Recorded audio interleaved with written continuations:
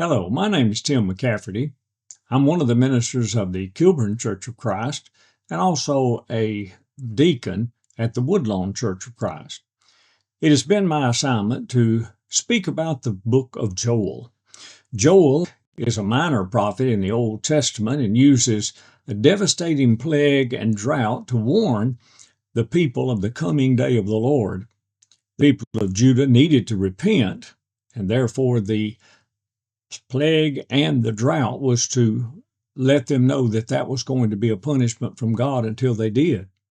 The author is named as Joel, but little else is known about the book. We don't have any description of any kings or happenings that would help us to place a date on the book, but we do know, the scholars have estimated that it's somewhere between the 9th and the 4th century BCE. The book does mention Judah and Jerusalem, but it doesn't mention the northern kingdom. So that may help to get it into some date, I guess. The minor prophet is one of the 12 minor prophets. And this is not to say that Joel's message is not important or it's not significant, but that the book itself, being only 3 chapters, is very short, unlike other books of prophecy that we would notice that Isaiah or Jeremiah being much longer books.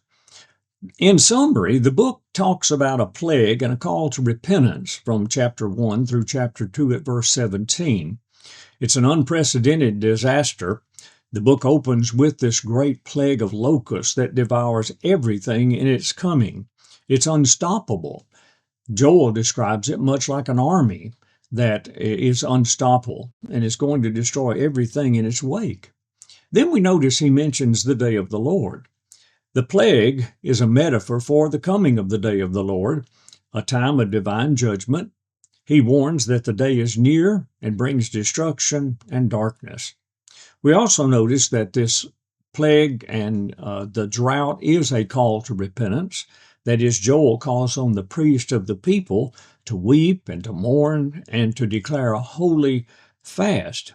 He emphasizes that they should rend their hearts and not just their garments, which would mean that they wanted sincere repentance rather than just an empty show.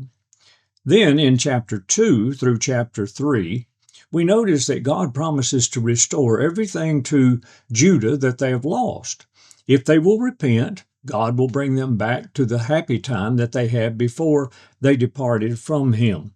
He assures the people that he will dwell among them, and that they would be his people. There's also an outpouring of the Spirit.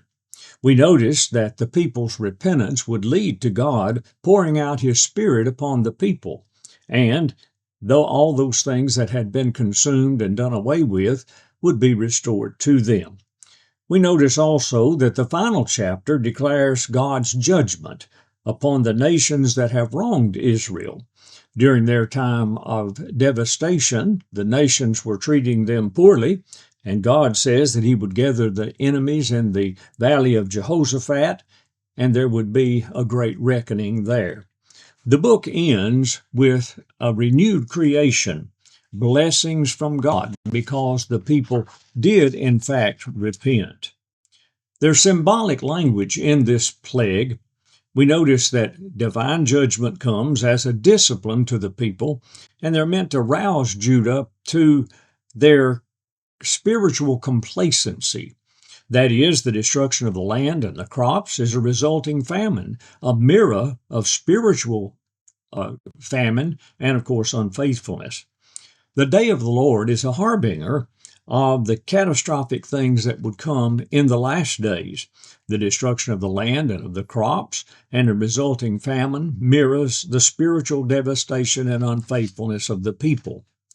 God's sovereignty over nature is also seen. We know that God has dominion over everything, and just as the plagues in Egypt, there was a plague of locusts, and we find that here again we see this in the book of Joel. The total devastation of the people widely details the succession of different types of locusts. That is, that the first would eat and the second would eat, and then there would just be almost absolutely nothing. Joel chapter 1 at verse 4. Widespread lament from the people. We notice that there's a disruption of life that would actually come with all of these devastations. The prophet describes the sorrow of the farmers, the priests who couldn't perform their duties because they didn't have wine or the grain that they needed for those particular offerings. Unusually, he also says that the drunkards are going to be in despair. There would be nothing for them to drink, and therefore they would have to do without. We notice too that in Joel chapter 2 that there's a terror that is there. The imagery becomes more dramatic. The locusts are taking on almost a disciplined fight against the things that they're eating and consuming, unstoppable.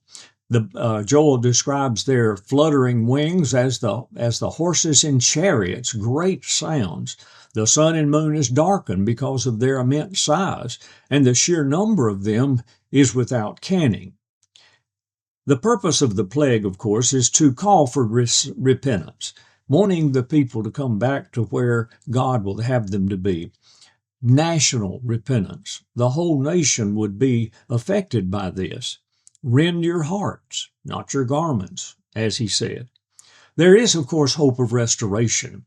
And with all of God's judgments and the severe way that he punishes people is always pointed toward repentance and toward those things that would cause them to come back to God. There is a hope of this restoration, and the promise is complete that God will do this if the people will simply repent. We notice also the connection to other scriptures. As I've mentioned, the plagues of Egypt and also the plagues here. In the book of Acts, the imagery of divine restoration culminates with God pouring out his Spirit on those that were there on the day of Pentecost. A passage explicitly quoted by the apostle that there would be a time of coming of restoration. Also in the book of Revelation, we notice that Joel draws imagery of locusts to describe the future apocalyptic events that would come to pass. The book of Joel holds many great things for us. Even though short, even though very succinct, we know that it carries with it the restoration promise if we've gone astray, and that we might come back to him once again someday.